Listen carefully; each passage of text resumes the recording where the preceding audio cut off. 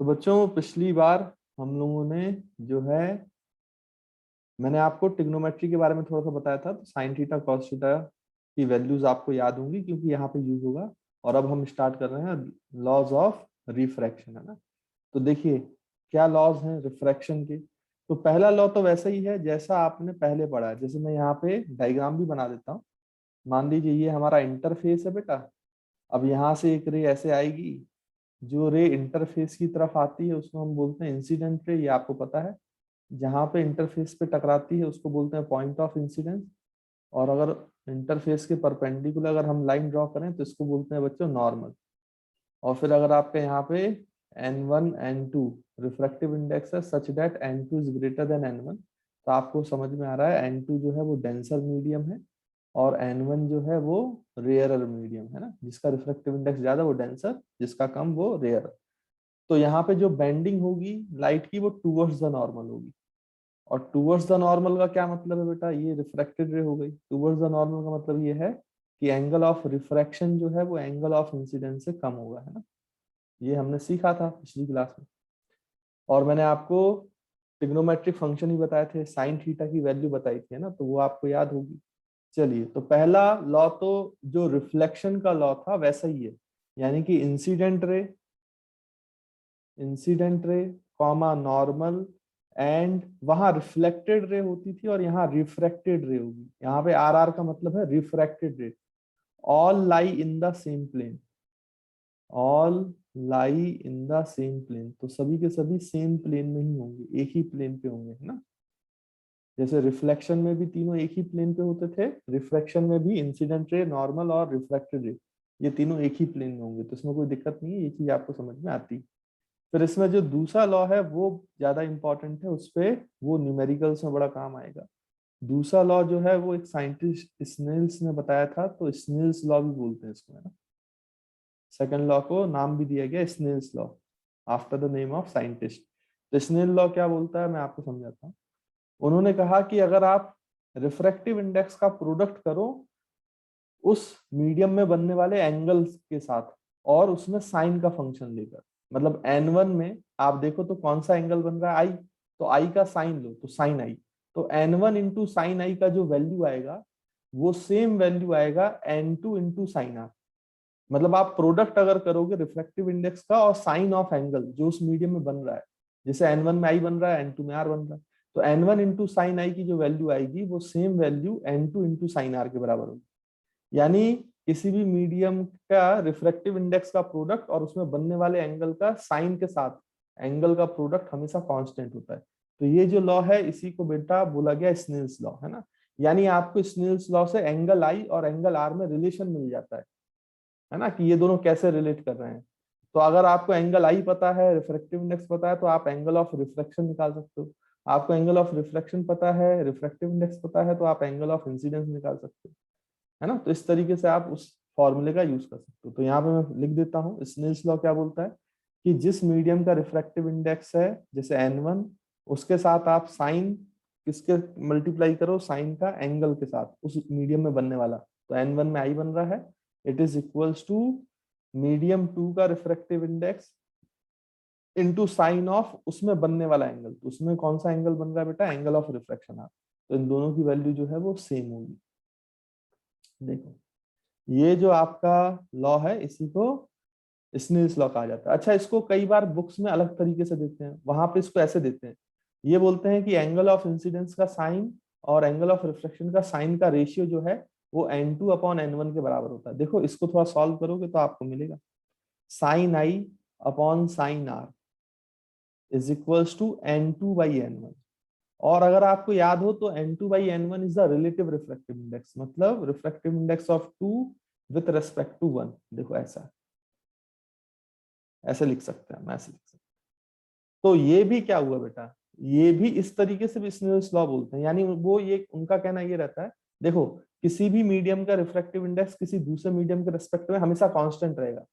मतलब refractive index of 2 with respect to medium 1 ये हमेशा कांस्टेंट वैल्यू है। इसका मतलब sine i upon sine r का रेशियो जो है वो क्या होगा बेटा, कांस्टेंट होगा, है ना। ये कैसा होता है, कांस्टेंट होता है। देखो ऐसे भी कई बार बोलते हैं। तो ये कब कांस्टेंट होता है और ये जो कांस्टेंट टर्म है ये किसके बराबर होता है? This is equals to relative refractive index of medium 2 with respect to.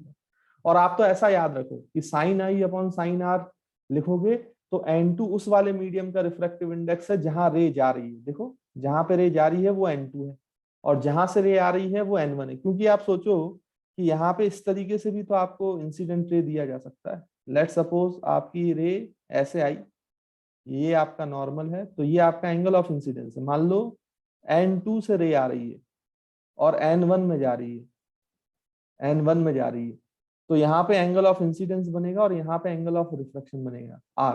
तो अगर यहाँ पे आपको sine i upon sine r का रेशियो निकालना है तो sine i upon sine r का जो रेशियो होगा बेटा वो किसके बराबर होगा? यहाँ पे जो आप फॉर्मूला यूज करो N2 वो वाला मीडियम है जहां रे जा रही है। यहाँ पे रे कहाँ जा रही है बेटा? रिफ्लेक्ट होने के बाद N1 वाले मीडियम, तो ऊपर N2 की जगह अब N1 आएगा और नीचे जो डिनोमिनेटर में आता है वो उस वाले मीडियम का रिफ्रैक्टिव इंडेक्स है जहां से रे आ रही है। तो देखो इंसिडेंट रे कहाँ से आ रही है? N2 से, तो नीचे N2 आएगा। देखो ऐसे आपको याद रखना चाहिए। न्यूमरेटर में वो वाला मीडियम का रिफ्रैक्टिव इंडेक्स आता है जहां रे जाती है, रिफ्रैक्ट होती है, और नीचे उस वाले मीडियम का रिफ्रैक्टिव इंडेक्स आता है जहां पे रे क्या होती है बेटा? जहां से रे आ रही है। या फिर सिंपली आप ऐसा सोचो कि जिस मीडियम का रिफ्रैक्टिव इंडेक्स है उस मीडियम में बनने वाले एंगल के साइन का प्रोडक्ट दूसरे मीडियम का refractive index into sine of उस मीडियम में बनने वाला एंगल, ये दोनों की वैल्यू हमेशा कांस्टेंट होती है। तो अगर आपको रेशियो वेशियो याद नहीं है तो प्रोडक्ट से हमेशा याद रहेगा, इसमें कोई टेंशन लेने की बात नहीं। तो आई होप आपको मेरे ख्याल से स्नेल्स लॉ जो है वो समझ में आया होगा। Snell's law gives you the relation between angle of incidence and angle of refraction, है ना। तो आई होप आपको ये जो है क्लियर होगा, समझ में आएगा।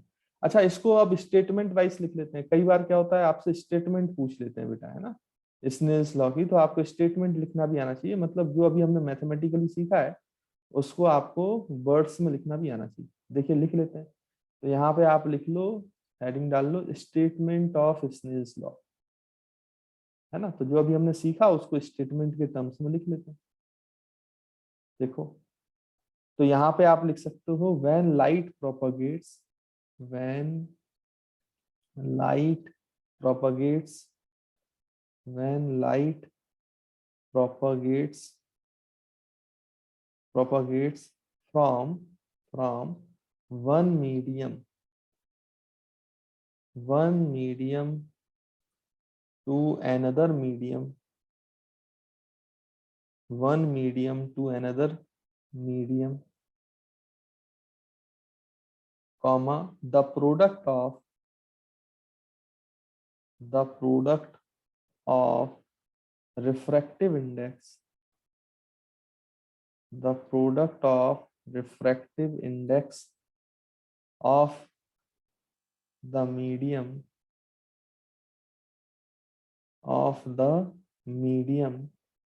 and the sign of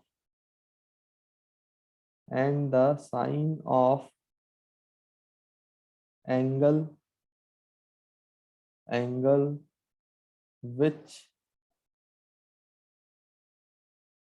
the ray makes with the normal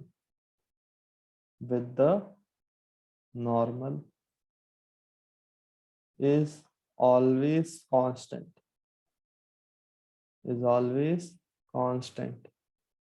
तो वो हमेशा उसका प्रोडक्ट जो होता है बेटा वो कांस्टेंट होता है ना। तो जैसे यहाँ पे आप देखो तो N1 into sine i is equals to N2 into sine r, तो ये जो दोनों की वैल्यू है ये सेम है, मतलब कांस्टेंट। तो इसी लॉ को क्या कहा गया बेटा? स्नेल्स लॉ, है ना। तो मेरे ख्याल से आपको स्नेल्स लॉ क्लियर होगा and it will give you the relation between angle of incidence and angle of reflection. इस बात का याद रखिए, नोट कर लो, फिर आगे बढ़ते हैं। देखिए बच्चों, स्नेल्स लॉ पे बेस्ड एक मैंने यहाँ पे क्वेश्चन दिया है, क्वेश्चन पढ़ लो। इसमें कहा गया है ray of light passes from air to glass, मतलब यहाँ पे मीडियम 1 जो है वो एयर है, दूसरे मीडियम में जा रहा है तो ग्लास है, at an angle of incidence of 60 degree. तो 60 डिग्री का एंगल ऑफ इंसिडेंस है ये बताया गया है। The refractive index of glass is 1.5, glass का रिफ्रैक्टिव इंडेक्स 1.5 होता है ये बताया गया है। आपको बताना है कि एंगल ऑफ रिफ्रैक्शन कितना हुआ। तो चलिए इसको सॉल्व करते हैं। तो यहाँ पे देखो, पहले तो यहाँ पे आप डायग्राम बना लो। भाई यहाँ से कोई रे आ रही है, तो कहाँ से रे आ रही है? एयर से। फिर किस में जा रही है? ग्लास में। और ग्लास का रिफ्रैक्टिव इंडेक्स जो है वो कितना दिया है बेटा आपका? 1.5 है ना। और एयर का रिफ्रैक्टिव इंडेक्स तो आपको पता ही है, एयर का रिफ्रैक्टिव इंडेक्स जो है वो 1 होता है ना। अब यहाँ पे आप नॉर्मल बनाओगे तो ये आपका एंगल ऑफ इंसिडेंस है जो कि 60 डिग्री दिया है। तो फिर आपसे बोला जा रहा है जो एंगल ऑफ रिफ्रैक्शन है आप उसकी क्या वैल्यू होगी, है ना। तो अब यहाँ पे बेटा हम निकाल सकते हैं। अगर आप स्नेल्स लॉ का यूज करो तो हम यहाँ पे लिख सकते हैं फ्रॉम स्नेल्स लॉ, है ना। स्नेल्स लॉ तो हमने सीखा है बेटा, फ्रॉम स्नेल्स लॉ।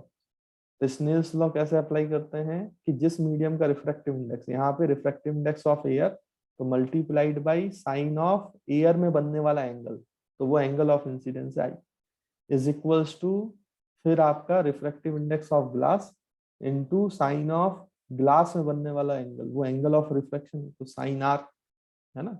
तो यहाँ पे एन ए जो है वो वैल्यू 1 है, साइन आई मतलब साइन 60 है, is equals to n g, तो ये 1.5 है बच्चों, और साइन आर, तो हमें आर निकालना है ना। अब साइन 60 की वैल्यू याद करो, मैंने आपको टेबल बनाई थी बेटा, 0 डिग्री, 30 डिग्री, 45 डिग्री, इसलिए मैंने कहा था वैल्यूज आपको याद होना चाहिए, है ना, नहीं तो क्वेश्चन नहीं बनेंगे। तो यहाँ पे देखो मैंने आपको साइन थीटा का वैल्यू लिखवाया था सभी एंगल्स पर, 0, 30, 45, 60 और 90 पर, है ना। तो मैं यहाँ पे फिर से लिख देता हूँ, फिर से बना देता हूँ टेबल। देखो ये वैल्यू होती थी 0, ये होता था 1/2, ये वाला होता था 1/√2, साइन 60 की वैल्यू होती थी √3/2, और यहाँ पे साइन 90 की वैल्यू होती थी 1, याद होगा आपको। अब यहाँ पे देखो बेटा, साइन 60 की वैल्यू है √3/2, देखो ऐसा लिख सकते हैं ना, साइन 60 इज √3/2। अब यहाँ पे देखो 1.5 जो है बेटा, 1.5 को क्या लिखा जा सकता है? 3/2, तो यहाँ पे इसको 3/2 लिख दो, 3/2 है ना, 1.5 को 3/2 लिखा जा सकता है, into sine of angle of reflection. तो यहाँ से √3 और ये 3 कैंसिल हो जाएगा, तो √3 बचेगा, कैंसिल करना आती है आपको, ये 2 और ये 2 कैंसिल, तो यहाँ पे बचेगा 1, यहाँ पे बचा √3। तो यहाँ पे हम इसको ऐसे लिख सकते हैं, ये जो RHS में लिखा है इसको LHS में लिख लो, √3 into sine r is equals to 1। तो यहाँ से साइन आर की वैल्यू क्या आ जाएगी बेटा? 1/√3। अब देखो हमें एंगल ऑफ रिफ्रैक्शन निकालना है, तो 1/√3 तो कहीं भी वैल्यू नहीं है, मतलब होगी 1/√3 की वैल्यू, लेकिन उसका एंगल नहीं पता, वो बीच में हो सकता है 40 डिग्री हो, 65 डिग्री हो, 71 डिग्री हो, अपन को नहीं पता। तो हम यहाँ पे आंसर केवल इतना ही छोड़ देंगे, तो ये हमारा आंसर है। अगर यहाँ पे जैसे 1/√2 आता तो फिर हम उसका आंसर लिखते 45 डिग्री, क्योंकि यहाँ पे अभी जो वैल्यूज हमने याद की हैं उसमें से कोई वैल्यूज नहीं आ रहा है, तो हम यहाँ पे इसको वैसे ही छोड़ देंगे, यही हमारा आंसर होगा। और कई बार बुक्स में ऐसे भी लिख देते हैं, एंगल ऑफ रिफ्रैक्शन निकालना था तो साइन को उधर ले जाते हैं, तो साइन का इनवर्स हो जाता है, साइन का रेसिप्रोकल हो जाता है। तो साइन का रेसिप्रोकल जो है इसको ऐसे लिखते हैं, साइन इनवर्स, तो साइन इनवर्स 1/√3, है ना। तो कभी कभी ऐसे भी आपको आंसर मिलेगा, लेकिन आपको घबराना नहीं है, अगर आप इनवर्स नहीं लिख पाते हो तो आप यहीं पे आंसर छोड़ देना, दिस इज द आंसर। हाँ, लेकिन अगर ऐसी वैल्यू है जो इस टेबल पे होती तो फिर हम आर की वैल्यू लिख देते हैं ना, एंगल लिख पाते। अभी क्योंकि यहाँ पे और वैल्यूज हमें पता नहीं कितने एंगल पर हैं, तो यहाँ पे एंगल पता नहीं चलेगा आपको, तो उसको आप कैलकुलेट नहीं कर पाओगे, इसलिए आंसर आप यहीं छोड़ सकते हैं ना। तो मेरे ख्याल से इसमें कोई दिक्कत नहीं है, ये चीज आपको समझ में। इस तरीके से स्नेल्स लॉ लगा के इस टाइप के क्वेश्चंस आप परफॉर्म कर सकते हैं, नोट कर लीजिए। तो देखो बच्चों, अब हम स्टार्ट कर रहे हैं रिफ्रैक्शन। एक आपको सेक्शन है, इसको ही पढ़ना है, रिफ्रैक्शन ऑफ ग्लास स्लैब, है ना। तो ग्लास स्लैब से कैसे रिफ्रैक्शन होता है वो हम समझेंगे। अब ग्लास स्लैब होता क्या है पहले ये समझे, फिर उसके थ्रू रिफ्रैक्शन देखेंगे। तो अगर आपको कभी लैब में जाने का मौका मिले स्कूल में, फिजिक्स लैब में, तो आप ग्लास स्लैब देखना, है ना, तो आपको ग्लास स्लैब दिखाई देगा। तो यहाँ पे जो है ग्लास स्लैब इस तरीके का दिखता है आपको, मैं कोशिश करता हूँ इसको बनाने का। ग्लास का बना होता है, और इस तरीके का आपको एक रेक्टेंगुलर स्लैब मिलेगा जिसकी कुछ थिकनेस होती है ना बच्चे, ऐसे इस तरीके का आपको स्ट्रक्चर मिलेगा। आप ऐसा भी सोच सकते हो क्यूबॉइड टाइप का, है ना, इसकी एक थिकनेस भी होती है। तो इस तरीके का जो स्ट्रक्चर है ग्लास का बना होता है, इसको हम बोलते हैं ग्लास स्लैब। ये हमारा बच्चों क्या है, ग्लास स्लैब, ग्लास स्लैब। ठीक है, तो मेरे ख्याल से इसमें कोई दिक्कत नहीं। और ये जो ग्लास स्लैब है, ये जो है इसकी थिकनेस कहलाती है टी। यहाँ पे टी का मतलब है thickness of glass slab, thickness of glass slab. ठीक है, अब यहाँ पे ग्लास स्लैब के थ्रू हम रे क्या है इंसिडेंट करते हैं, फिर उसका क्या क्या बिहेवियर होता है वो समझते हैं।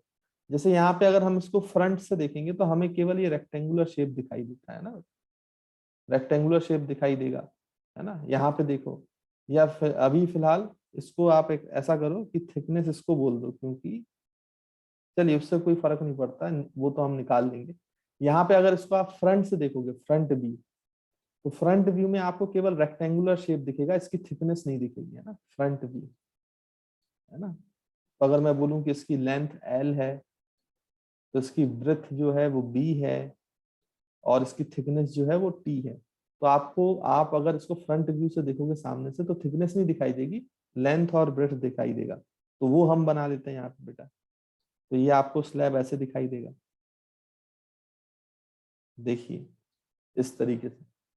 और ये इसका विड्थ है ना, ये आपको पता है। अच्छा, स्लैब के बाहर क्या है बेटा, एयर है, और एयर का रिफ्रैक्टिव इंडेक्स जो होता है वो 1 होता है, ये आपको पता है ना। यहाँ पे भी एयर है, एयर का रिफ्रैक्टिव इंडेक्स जो है वो 1 होता है। और यहाँ पे ग्लास स्लैब का रिफ्रैक्टिव इंडेक्स मान लीजिए बेटा एन है ना।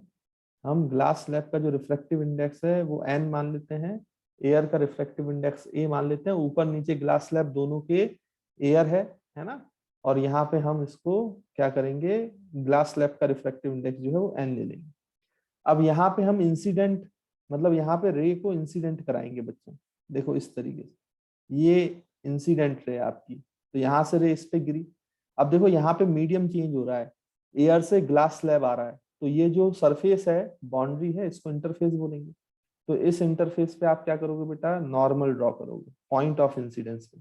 तो ये हमारा एंगल ऑफ इंसिडेंस हो जाएगा, ये नॉर्मल हो जाएगा, देखो इस तरीके से। फिर आपको पता है कि अभी एयर का रिफ्रैक्टिव इंडेक्स कम है और ग्लास का रिफ्रैक्टिव इंडेक्स ज्यादा होता है ना।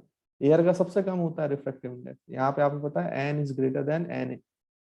Refractive index of glass is greater than refractive index of air. तो अभी रे कहाँ से कहाँ जा रही है, रेयर मीडियम से डेंसर मीडियम, तो टूवर्ड्स द नॉर्मल बैंड हो जाएगी ऐसे। तो ये आपका एंगल ऑफ रिफ्रैक्शन हो जाएगा R1, मान लेते हैं एंगल ऑफ रिफ्रैक्शन जो है R1 है।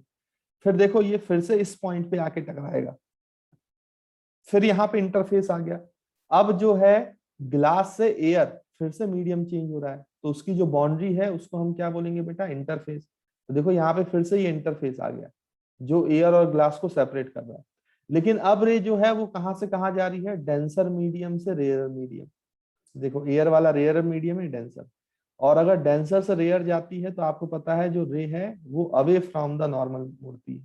तो यहाँ पे मैंने नॉर्मल फिर से बना लिया पॉइंट ऑफ इंसिडेंस पे, और इसको away from the normal bend कर दिया इस तरीके से। देखो यहाँ पे मैं फिर से बना देता हूँ बेटा इसको, away from the normal bend कर दो इसको। तो देखो अवे फ्रॉम द नॉर्मल अगर आप बेंड करोगे तो कैसा दिखाई देगा भाई, इस तरीके से ये।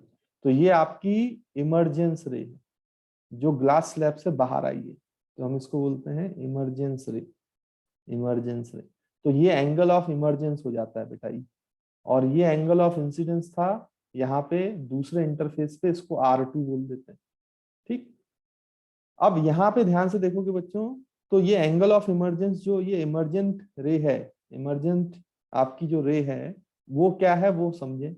वो अगर आप ध्यान से देखोगे और ये पहली वाली रे को एक्सटेंड करोगे, इंसिडेंट रे को, देखो यहाँ पे मैं इंसिडेंट रे को एक्सटेंड करता हूँ। अगर मान लो ये ग्लास स्लैब नहीं होता तो ये इंसिडेंट रे ऐसे सीधे जाती सीधे जाती सीधे जाती ऐसे, यानी कि इस जो इंसिडेंट रे है उसके पैरेलल है ये इमरजेंट रे। ये हमेशा होता है जब भी स्लैब से जो इमरजेंट रे होती है, इमरजेंस रे होती है, वो हमेशा इंसिडेंट रे के पैरेलल होती है, पैरेलल। तो अगर आप यहाँ पे ध्यान से देखो, परपेंडिकुलर डिस्टेंस निकालो इमरजेंट रे के बीच में और किसके बीच में बेटा, इंसिडेंट रे के बीच में परपेंडिकुलर डिस्टेंस, तो हमें ये पता चलेगा कि इमर्जेंट रे इंसिडेंट रे से कितना पैरेलली शिफ्ट हो गई है। ये जो परपेंडिकुलर डिस्टेंस है दोनों रे के बीच में, इंसिडेंट रे एंड इमर्जेंट रे, उनके बीच की परपेंडिकुलर डिस्टेंस को कहा जाता है लेटरल डिस्प्लेसमेंट। तो हमें लेटरल डिस्प्लेसमेंट बताता है कि कितनी पैरेलली शिफ्ट कर गई है इंसिडेंट रे से इमर्जेंट रे, है ना। तो यहाँ पे याद रखेंगे x is the lateral displacement, x can be, x is said to be lateral displacement, है ना। टर्मिनोलॉजी है, पूछा जाता है। हालांकि ये लेटरल डिस्प्लेसमेंट की वैल्यू निकाली जा सकती है, लेकिन अभी आपको बहुत अच्छी ट्रिग्नोमेट्री नहीं आती, इसलिए मैं यहाँ पे निकलवा नहीं रहा हूँ। हायर क्लासेस में आपको सीखने को मिलेगा। लेकिन आपसे पूछ सकते हैं कि ग्लास स्लैब में क्या होता है रे के साथ, तो आपको पता होना चाहिए कि रे का लेटरल डिस्प्लेसमेंट होता है। इंसिडेंट रे जो है वो पैरेलली शिफ्ट हो जाती है, और जितने अमाउंट से पैरेलली शिफ्ट हो जाती है, मतलब परपेंडिकुलर डिस्टेंस से शिफ्ट हो जाती है, उस एक्स की वैल्यू को कहा जाता है लेटरल डिस्प्लेसमेंट, है ना। तो याद रखेंगे लेटरल डिस्प्लेसमेंट क्या होती है, इमर्जेंट रे क्या होती है, इंसिडेंट रे क्या होती है ना। अच्छा, यहाँ पे एक और खास बात है कि एंगल ऑफ इंसिडेंस जो है वो हमेशा एंगल ऑफ इमर्जेंस के बराबर होता है। एंगल ऑफ इंसिडेंस और एंगल ऑफ इमर्जेंस हमेशा एक दूसरे के बराबर होता है। अब इस बात को चाहो तो आप प्रूफ भी कर सकते हो, देखो मैं प्रूफ करके ही बता देता हूँ यहाँ पे, है ना, ताकि दिक्कत ना हो आपको, अगर पूछा जाए तो बन जाए। तो आप ऐसा करो कि जब आपका यहाँ पे पहली बार रिफ्रैक्शन हुआ, फर्स्ट रिफ्रैक्शन, तब आपका स्नेल्स लॉ लग जाएगा बेटा। तो हम यहाँ पे पहला केस लगा लेते हैं, Snell's law, Snell's law, Snell's law at first refraction. तो पहले इंटरफेस पे जो रिफ्रैक्शन हुआ है, वहां पे आप स्नेल्स लॉ लगाओ बेटा। चलिए, स्नेल्स लॉ तो लगाना आता है हमें। तो देखो, जहां पे एंगल ऑफ इंसिडेंस है उसमें क्या मीडियम है, एयर, तो हम लिखेंगे refractive index of air multiplied by उसमें बनने वाला एंगल का साइन, तो sine of i is equals to, फिर हम दूसरी साइड लिखेंगे refractive index of glass n into इसमें बनने वाला एंगल R1, है ना, एंगल ऑफ रिफ्रैक्शन। तो ये हो जाएगा एन इंटू साइन R1। तो देखो बेटा, यहाँ से क्या वैल्यू आ जाएगी, sine i will equals to n into sine R1। देखो ये, तो ये आपकी इक्वेशन नंबर 1 हो गई, है ना। This is your equation number 1। उसके बाद फिर आप फिर से स्नेल्स लॉ लगाओ यहाँ पे, जहां पे आपका सेकंड रिफ्रैक्शन हुआ है। देखो, सेकंड रिफ्रैक्शन पे, सेकंड इंटरफेस पर फिर से स्नेल्स लॉ लगाओ, वहां भी स्नेल्स लॉ लगा सकते हो, जहां रिफ्रैक्शन होता है वहां स्नेल्स लॉ लगा सकते हैं ना। तो सेकंड इंटरफेस पे भी रिफ्रैक्शन हो रहा है, तो वहां भी स्नेल्स लॉ लगाएंगे एट सेकंड रिफ्रैक्शन। चलिए देखिए, तो यहाँ पे स्नेल्स लॉ लगा के देखो क्या मिलता है आपको। अब देखो, रे आ रही है, इंसिडेंट एंगल आपका R2 है, तो किसमें है R2 इंसिडेंट एंगल, एन वाले रिफ्रैक्टिव इंडेक्स में, तो n refractive index into sine R2, ऐसा लिख सकते हैं बेटा, इसमें तो कोई दिक्कत नहीं है। उसके बाद फिर आप क्या लिख सकते हो, इक्वल्स टू, फिर ये रे बाहर गई और angle of refraction angle of emergence के बराबर है, और वहां पे रिफ्रैक्टिव इंडेक्स 1 है, एयर है, तो 1 इंटू साइन ई। देखो 1 इंटू साइन ई आया, मतलब यहां से भी आप देखो तो साइन ई की वैल्यू क्या आई बेटा, एन इंटू साइन R2। तो देखो ये हमारे पास एक दूसरी इक्वेशन बन गई। तो ये दूसरी इक्वेशन लिख लो देखो आपके सामने। अब क्या करो, अब आप यहाँ पे देखो ज्योमेट्री, देखो ये जो आपने फर्स्ट रिफ्लेक्शन में नॉर्मल बनाया है N1, और जो सेकंड सरफेस पे नॉर्मल बनाया N2, ये आपस में पैरेलल है। अगर आप ध्यान से देखो तो आपको दिख रहा होगा कि जो N1 है it is parallel with N2, क्योंकि स्लैब के ये दोनों सरफेस जो है, ऊपर वाला और नीचे वाला, ये आपस में पैरेलल है। तो इनसे जो परपेंडिकुलर आपने ड्रॉप किया है N1 और N2, ये भी आपस में पैरेलल होंगे। अब दो पैरेलल लाइंस के बीच में देखो बेटा, ये जो ब्लू कलर की लाइन है जो रिफ्रैक्ट हो रही है ग्लास स्लैब में, ये जो है आपका, इस लाइन को देखो आप, तो ये एंगल और ये एंगल, ये ऑल्टरनेट अपोजिट एंगल होते हैं ना बेटा, ज्योमेट्री आपने पढ़ी होगी। तो R1 और R2 जो है वो सेम है। अगर N1 N2 पैरेलल है आपके सामने, तो इसका मतलब R1 इक्वल्स टू R2 है ना। ये हमेशा जो है आपस में कैसे होते हैं बच्चों, इक्वल होते हैं, है ना, क्योंकि N1 और N2 जो है वो पैरेलल। तो दो पैरेलल लाइंस के बीच में अगर कोई भी ऐसी एक लाइन खींची हुई है, तो इसके ऑल्टरनेट अपोजिट जो एंगल होते हैं, इंटीरियर एंगल, वो हमेशा कैसे होते हैं बेटा, बराबर। ये आपने ज्योमेट्री में पढ़ा होगा। तो यहाँ पे हम ज्योमेट्री का यूज कर रहे हैं, है ना। ऑल्टरनेट इंटीरियर एंगल है, इसलिए हम बोल सकते हैं कि R1 जो है वो R2 के बराबर होता है इन ग्लास स्लैब, है ना, क्योंकि N1 N2 आपस में पैरेलल होते हैं। अब यहाँ पे इसका मतलब R2 की जगह आप R1 लिख सकते हो, तो यहाँ पे इसको हम लिख लेंगे sine e is equals to n into sine R2। R2 की जगह हम R1 भी लिख सकते हैं क्योंकि R2 और R1 तो सेम है। तो देखो साइन ई की वैल्यू एन साइन R1 हो गया बेटा, ये इक्वेशन नंबर 3।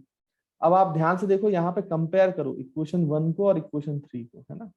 तो फ्रॉम इक्वेशन 1 एंड 3 हम लिख सकते हैं फ्रॉम इक्वेशन 1 एंड 3। आप ध्यान से देखो दोनों इक्वेशन का एलएचएस, दोनों इक्वेशन का आरएचएस सेम है, n sine R1 n sine R1। तो ऑब्वियस सी बात है दोनों का एलएचएस भी सेम होगा। इसका मतलब sine i is equals to sine r sine e, और sine i equals to sine e के बराबर है। इसका मतलब angle of incidence angle of emergence के बराबर है। अगर sine of angle i equals to sine of angle e के बराबर है तो इसका मतलब दोनों एंगल भी सेम है, तभी तो उनकी साइन की वैल्यू सेम होगी। तो i is equals to e होगा। तो angle of incidence equals to angle of emergence always in glass slab. तो ग्लास स्लैब में ये हमेशा ऐसा होता है। तो मेरे ख्याल से आपको समझ में आया होगा कि कैसे हमने इसको ग्लास स्लैब में प्रूव किया। और यहाँ पैरेलल शिफ्टिंग होती है रे की। जब रे ग्लास स्लैब से बाहर आती है, जितना पैरेलल शिफ्ट होगी उसको हम बोलेंगे लेटरल डिस्प्लेसमेंट, उसको एक्स से रिप्रेजेंट करते हैं। And is the perpendicular distance between incident ray and emergence रे, है ना। तो आई होप आपको ये जो पॉइंट्स हैं रिफ्रैक्शन ऑफ ग्लास से रिलेटेड वो आपको समझ में आता है। आपको एनसीईआरटी में एक एक्टिविटी भी दिया है, वो लैब में जाके एक्टिविटी परफॉर्म करना होता है। अगर आप लैब में जाने का मौका मिले तो आप वो एक्टिविटी जरूर करिएगा ग्लास स्लैब से रिलेटेड। वहां पे आपको प्रैक्टिकली देखने को मिलेगा कि ऐसा वाकई में होता है। जैसा हमने रे डायग्राम बना है इसको आप प्रैक्टिकली बना के देखते हो वहां पर, है ना। तो मौका मिले तो जरूर करिएगा, इससे आपको और अच्छी सी फील आएगी कि जो हम पढ़ रहे हैं वो एक्चुअल में प्रैक्टिकली होता है ना। तो इसको नोट कर लो बेटा, फिर आगे बढ़ते हैं।